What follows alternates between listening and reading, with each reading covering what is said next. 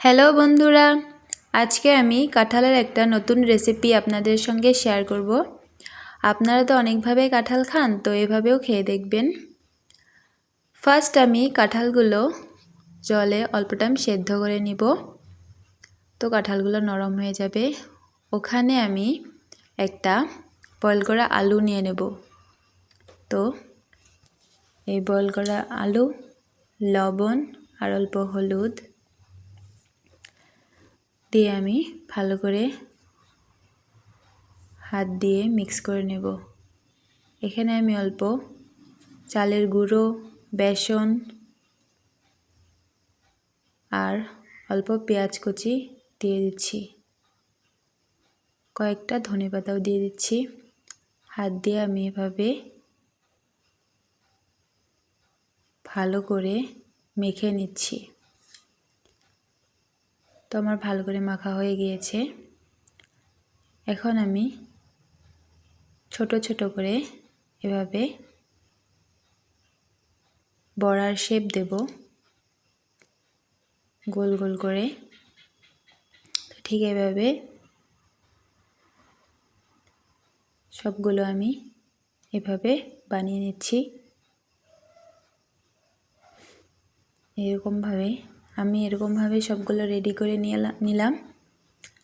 তারপর কড়াইতে অল্প তেল দিয়ে আমি বড়াগুলো ভেজে নিচ্ছি। খুব আস্তে আস্তে লালচে করে ভেজে নেব। উল্টে পাল্টে আমি আস্তে আস্তে ভেজে নিচ্ছি বড়াগুলো। এভাবেও খেয়ে দেখবেন তো বানিয়ে। তো আমার সবগুলো বড়া রেডি হয়ে গিয়েছে। এখন আমি কড়াইতে অল্প তেল দিয়ে তেজপাতা আর জিরে, কয়েকটা পেঁয়াজ কোচানো, আদা রসুন কোচানো দিয়ে ভালো করে আমি ভেজে নিচ্ছি। 2 থেকে 3 মিনিট ভেজে নেওয়ার পর আমি এখানে চেরা কাঁচা লঙ্কা, টমেটো কুচি আর সেদ্ধ করা আলু দিয়ে দিচ্ছি। আর স্বাদমতো লবণ, হলুদ দিয়ে আমি ভালো করে ভেজে নিচ্ছি। এখন আমি এখানে গরম জল দিয়ে দিচ্ছি।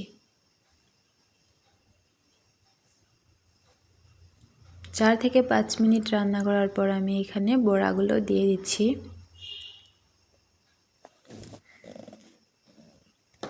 আর অল্প উপর থেকে আমি জিরে গুঁড়ো দিয়ে দিচ্ছি,